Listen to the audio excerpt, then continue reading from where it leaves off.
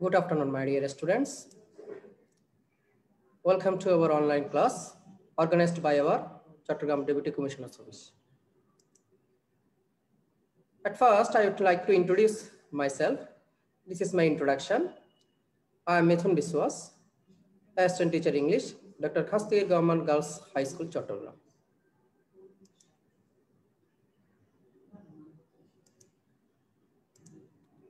Today, I am going to discuss with you about a very important topic of English second paper for class 9 and 10 students.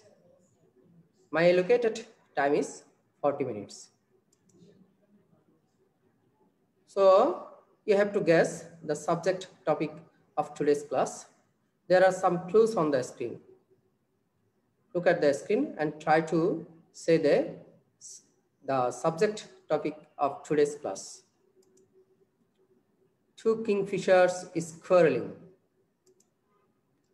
What is the wrong with the sentence? Can you guess, sir? Are. Very good. The correct one is two kingfishers are quarreling. Now, here are is the right form of the sentence. This is another clue on the screen. The eagle is hunt the snake. What is the right form of the verb? Can you guess? Please tell me which is the right form of verb. Sir, Hunting. the hunt is hunting. The right form of verb here is hunting. Hunting. Okay. So could you guess what we are going to learn today? Can you guess, sir? What is our subject topic? Right form of verb. Very good. Our today's lesson is on right form of verbs. So please listen to my lecture carefully and attentively. If you have any problem, please raise your hand or send me SMS. This is the learning outcomes of our today's class. At the end of the lesson, students will be able to select verb for the gap, identify the position of S or yes, identify the subject and verb agreement, apply the right form of the verbs. Now look at the screen, focusing on S or yes. Rule number 1. If the subject is third person singular number, in present tense, S or yes is added with the verb. For example, the cat likes milk. Here, the cat is third person singular number. So, S is added with the verb like. So, if the subject is third person singular number in present tense, S or yes must be added. The second example is the cat catches rats. Here, the cat is third person singular number and es is added with the verb catch. So, after analyzing the rule number 1, we can say that if the subject is third person singular number in present tense, S or yes must be added with the verb.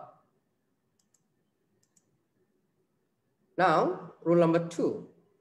If there is not plus verb, do not, doesn't, didn't is used to make a negative sentence according to subject and tense. Do not and doesn't are used in present tense and didn't is used in past tense. For example, I not go to market. The correct answer, I don't go to market. Here, don't is added after the subject I.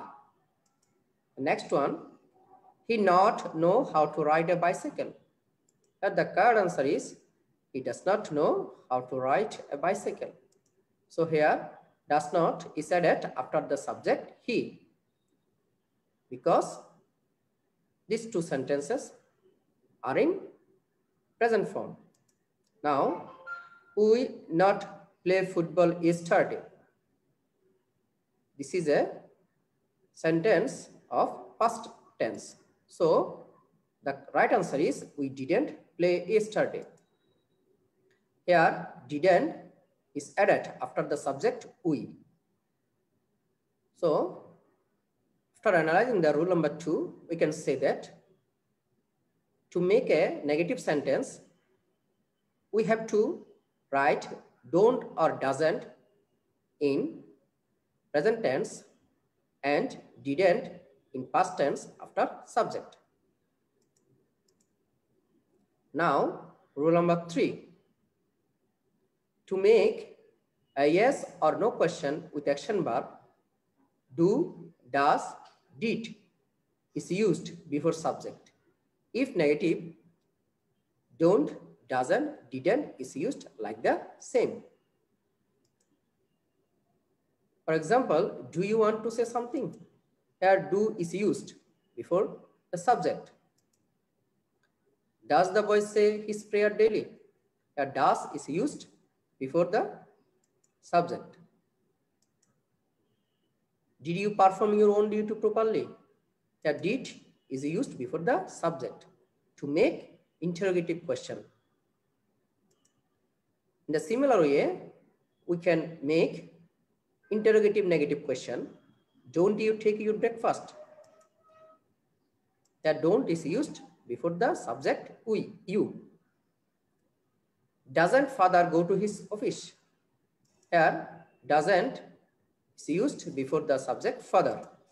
The similar way, for the past tense, we have to write didn't before the subject. So didn't they win the match?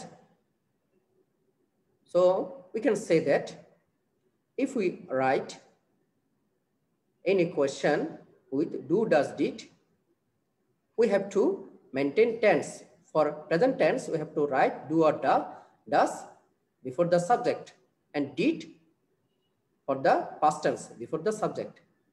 And if we want to write interrogative negative question, we have to write don't and doesn't for the present tense before the subject and didn't for the past tense before the subject. Now, rule number 4. To make a WS question, look at carefully. To make a WS question with action verb, do, does, did is used before subject and after WS word. If negative, don't, doesn't, didn't is used like the same way. For example, what do you like? This is an interrogative question with WS. Here, do is used after WS and before subject for the present tense. When does he wake up? Here, does is used after WS and before subject. The similar way, for the past tense, we have to use did after the WS and before the subject. In the similar way, for interrogative negative, we have to write, why don't you prepare your lesson?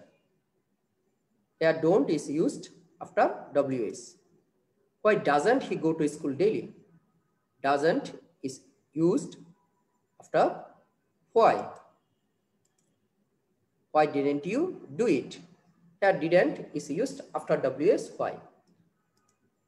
So from rule number 4, we can say that after WS question, we have to write do or does for present tense in the affirmative statement and did for the past tense in the affirmative statement. And we have to write don't and doesn't in the interrogative negative questions for the present tense. and didn't for the past tense. So now from rule 1 to 4, you have to practice activities 1. Fill in the blank with the right use of as or yes with the verbs in the box below. There are 8 words in the box. Now try to fill in the gaps with right form of verbs. I hope you can answer these questions. Look at the passage. Messi is a world famous football player. He to the playground regularly. He to the playground regularly. So the answer is he goes to the playground regularly. Before going to the playground, he does all related activities. He performs all related activities. He has a special technique to score goal. If one passes the ball to him, he pushes the ball into the goal post with a very exciting technique. He teaches his friends how to score goals. Everyone likes his technique very much. He doesn't bother practicing football. Who doesn't like him? So this is the fill in the gaps with verb as or yes, does, doesn't, or interrogative. Now, rule number 5. If you find universal truth or habitual fact in a sentence, the sentence will always be in present indefinite tense. For example, look at the picture. Health is wealth. This is a universal truth. So the statement must be in present indefinite form. Practice makes perfect. This is a habitual fact.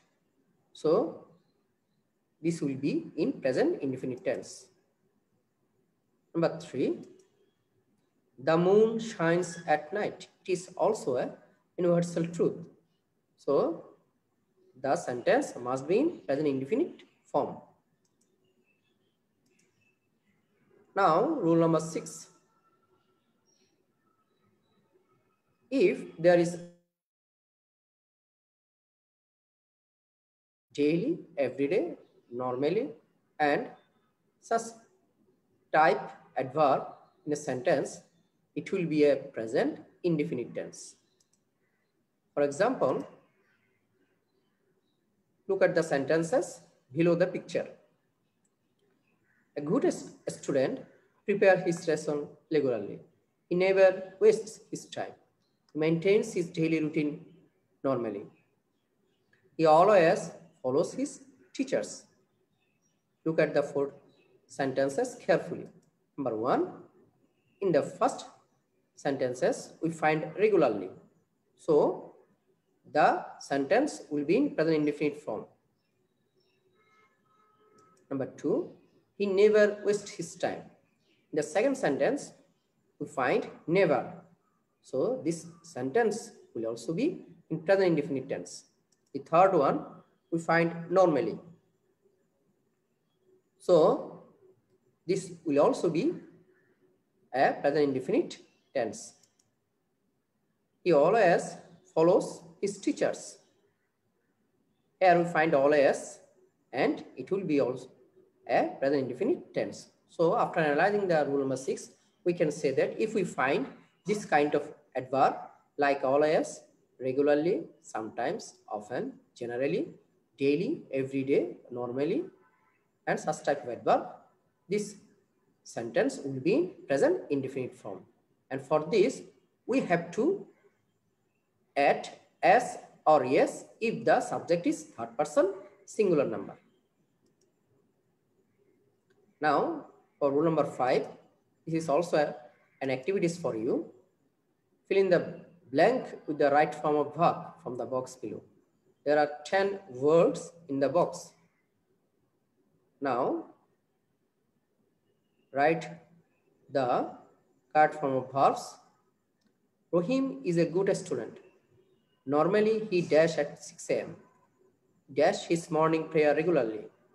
Very often, he dash out to enjoy the fresh air by the side of the river. Sometimes he dash on the grass. Usually, he dash his lesson in the morning. Generally, he dash his bath at 8 a.m. He dash the newspaper daily. In every afternoon, he dash with his friends in the field. Occasionally, he dash his relatives. He always does his daily routine. In the passage, we find some words which is related to present indefinite tense. So, the answer of A is gets up. Rohim is a good student. Normally, he gets up at 6 a.m. because there is a word normally. For normally, the sentence will be in present indefinite tense. He says his morning prayer regularly. Here we find regularly. Very often, he goes out to enjoy the fresh air by the side of the river. Sometimes, he walks on the grass. Usually, he prepares his lesson in the morning. Generally, he takes his bath at 8 a.m. He reads the newspaper daily. In every afternoon, he plays with his friends in the field. Occasionally, he visits his relatives. He always maintains his daily routine. So from the right form of verbs, we can say that if we find normally, regularly, often, sometimes, usually, generally, daily, occasionally, always, the sentence would be in present indefinite tense. And in present indefinite tense, if the subject is third person singular number, we have to add as or yes with the verb. Now, rule number 7. If there is now, at this moment, day by day, currently, at present, in a sentence, it will be a present continuous tense. For example, I go to school now. Here we find now. So the sentence will be in present continuous form. The answer is, I am going to school now. Now, rule number 8. If there is just now, already, recently, lately, of late, ever, yet, presently, the other day in a sentence, it will be a present perfect tense. Remember it will be a present perfect tense. For example, I just received your letter. Here we find just. So the sentence will be in present perfect form. The correct answer is, I have just received your letter. So from rule number 7 and 8, you can say that if we find now, at this moment, day by day, currently at present, we have to write the sentence in present continuous form. On the other hand, if we find a just now, already, recently, lately, of late, ever, yet, presently, the other day, we have to write the sentence in present perfect tense. Now, rule number 9. If there is since or for plus time in a sentence and it indicates an activities that continues over a long period, it will be a present perfect continuous tense. For example, I read in this school since 2006. I am still reading in this school. So the correct form of sentence is, I have been reading in this school since 2016. Now, rule number 10.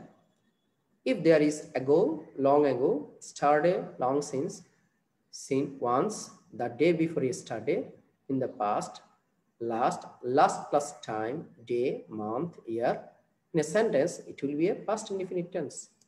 For example, my father came home yesterday. Here we find yesterday. So the sentence will be in past indefinite form. So the correct form of verb is, my father came home yesterday. So after analyzing rule number 9 and 10, you can say that if we find since or for plus time, and if the activities indicates a long period, the sentence will be in present perfect continuous form. On the other hand, if we find ago, long ago, yesterday, long since, once, the day before yesterday, in the past, last past time, day, last month, last day, last year in a sentence, it will be a past indefinite tense. Now, rule number 11. If there is then, THEN, then, find it, then THEN, at that moment in a sentence, it will be a past continuous tense. For example, the boys play in the field then. Here we find then. So the sentence will be in past continuous form. For example, the correct form of verb is the boys are playing in the field then. Now, rule number 12. If there is tomorrow, today, tonight, next time, next day, next night, next month, next year, etc., following plus time, following day, following month, following year, following night, it will be a future indefinite tense. For example, I go home tomorrow. Here, for tomorrow, the sentence will be in future indefinite tense. So, the right form of verb is I shall go home tomorrow. So, from rule number 11 and 12, we can say that if we find then at that moment, the sentence will be written in past continuous form. On the other hand, if we find tomorrow, today, tonight, next day, next month, next year, next Monday, or following day, following year, following month, this sentence will be in future indefinite form. Now, rule number 13. If the subject is singular, verb will also be singular. For example, how beautiful the scenery is. Here the scenery is singular, so the verb is singular. Now, rule number 14. If the subject is plural, verb will also be plural. There are two parrots in the whole of the tree. Here, the subject, two parrots, is plural. So, the right form of verbs is there are two parrots in the whole of the tree.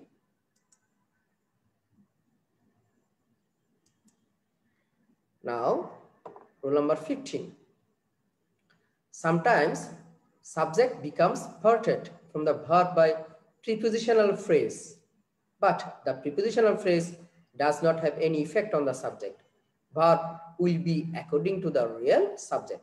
For example, look at the picture and the sentence. The color of his eyes, dash, is or are blue. Here the main subject is the color. It is parted from the preposition of. So here eyes is not subject. The main real subject is the color. So the correct answer is blue. Another example is the colors of rainbow attracts or attract us. Which one is correct? Here the real subject is the colors. It is parted from the preposition of. So the correct answer is attract.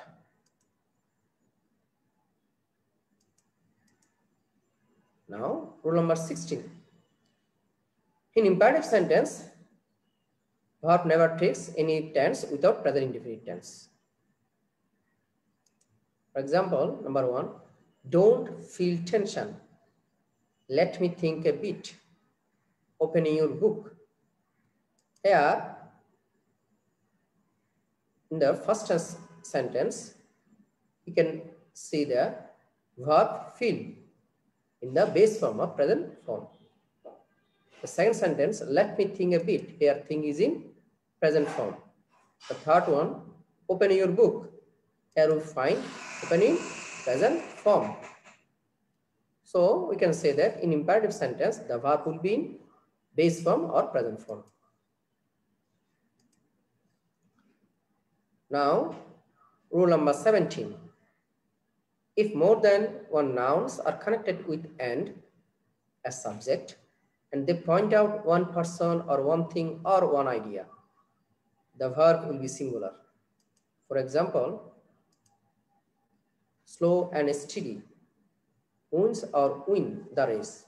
The correct answer is wins the race, because slow and steady point out one idea. Another example is bread and butter is or are my favorite food. Which one is correct?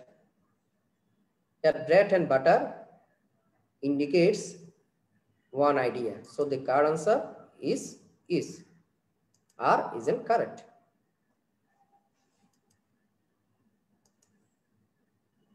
Now, rule number 18. If more than one noun or pronoun are connected with and as subject and they point out different persons or things, the verb will be plural. For example, Ratan and Robi likes or like to fly kite. Which one is correct? Here Ratan and Robi point out different persons. So the correct one is like.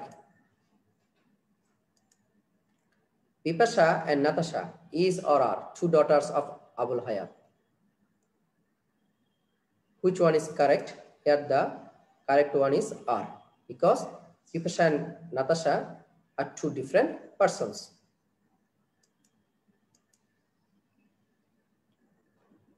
Now, rule number 19.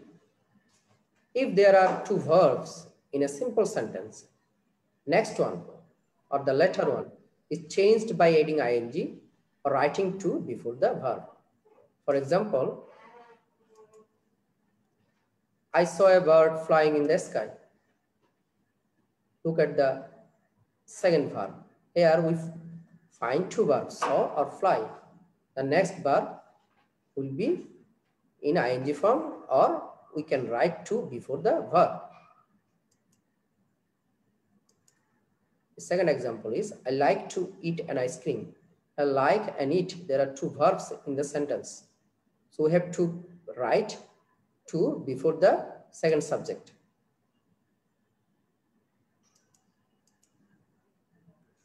Now, rule number 20. If there is have, has, had, having, get, got, to be before verb in a sentence, the main verb will be past participle form. For example, I have finished the work. Here we find have. So the verb will be in past participle form. So the correct answer is, I have finished the work. I got the book paint. Here we find got. So the verb print will be in past participle form. So I got the book printed. The correct answer is, I got the book printed. The work is to be done. The last one, here we find to be. So the verb will be done. The work is to be done.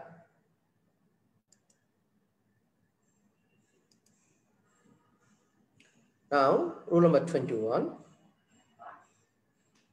After modal auxiliaries, the modal auxiliaries are shall, will, should, would, can, could, may, might, must, need, dare, used to, ought to, have to, has to, had to.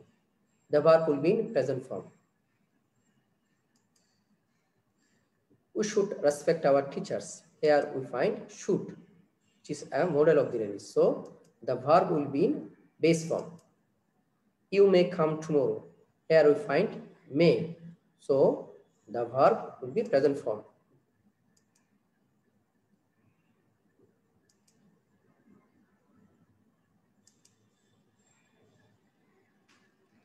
Now, 22. This is rules of condition. This is the first condition. If we find if plus present tense in subordinate clause, the main clause will be subject plus shall or will plus be1. For example, if he wants, I shall help him. Here, he wants is present indefinite tense. So, the main clause will be future indefinite. The next one is, you will catch cold if you play in the rain. The main clause is in future indefinite. So, the subordinate clause will be present indefinite. So, for example, we can say that if you work hard, you will shine in life. So after analyzing the rule number 2, we can say that if the first condition will be present indefinite tense, the main clause will be in future indefinite tense. Now, rule number 23. This is the second condition.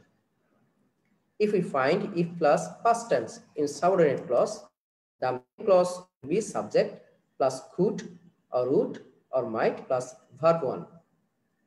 For example, if he came to me, I would help him. Here the subordinate clause is in past indefinite tense.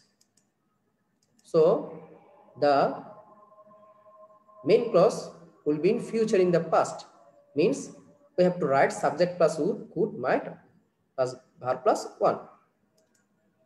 Another example here is, I would fly in the sky if I were a bird.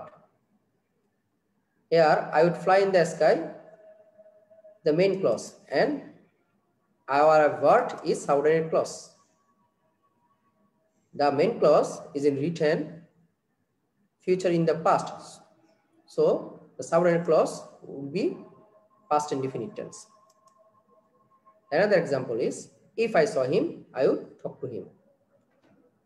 So from rule number 23, we can say that in third condition, if we find the main clause in future in the past, we have to write the subordinate clause is in past indefinite tense. If we find subordinate clause in past indefinite tense, the main clause will be written by the rules subject plus would plus could plus might plus verb 1.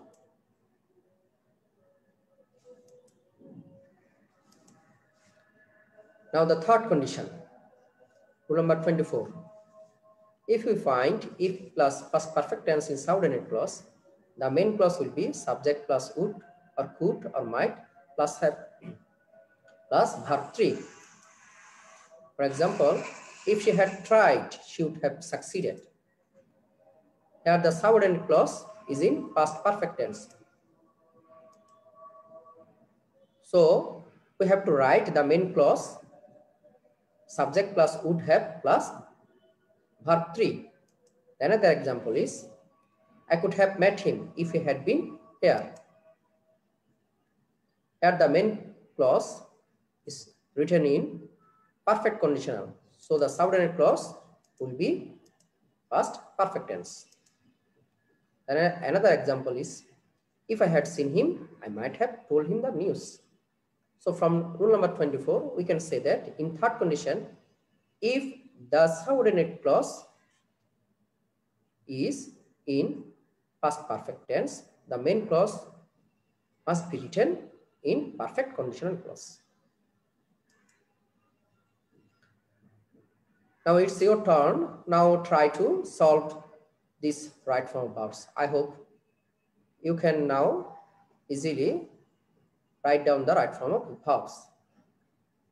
So answer the questions. Number 1, the man died last night. Which one is correct? The man died. But 2, they not go to school yesterday. Here we find yesterday. So the sentence will be in past indefinite tense. So the correct one is, did not go to school yesterday. If he works hard, he will prosper in life. Here we find the subordinate clause is written in present tense. So the main clause will be future indefinite tense. So the correct right form verbs will prosper. Number 4, it may rain today. Here we find may is modal auxiliaries. After modal auxiliaries, the verb will be written in base form. It may rain today. Number 5, if I be an MP of Ishwarganj, I would help the poor. If I were an MP of Ishwarganj, I would help the poor. This is second condition. Now rule number 6, he reached the station after the train had left. For after, the next clause will be written in past perfect tense. This is homework for you. Read the text and fill in the gaps with correct form of verbs as per subject and context. The news of your sudden admission into Sylhet Medical College Hospital take me aback. I have learned that you suffer from gastric pain for about a week. I be beside you in the hospital, but you know my test examination. Go on. It finished on the 17th instant. Immediately after the examination, I come to meet you. I send my younger brother, Mukul, to hand you some books. This help you to remove your burden, not get nervous. Now, try to fill in the gaps in your home as a homework. I think you can easily write down the correct form of verbs. These are all for today, sir. Time to say goodbye. Stay home and stay safe. Study regularly. Thank you once again all for your patience. See you in the next class. Thank you all, sir.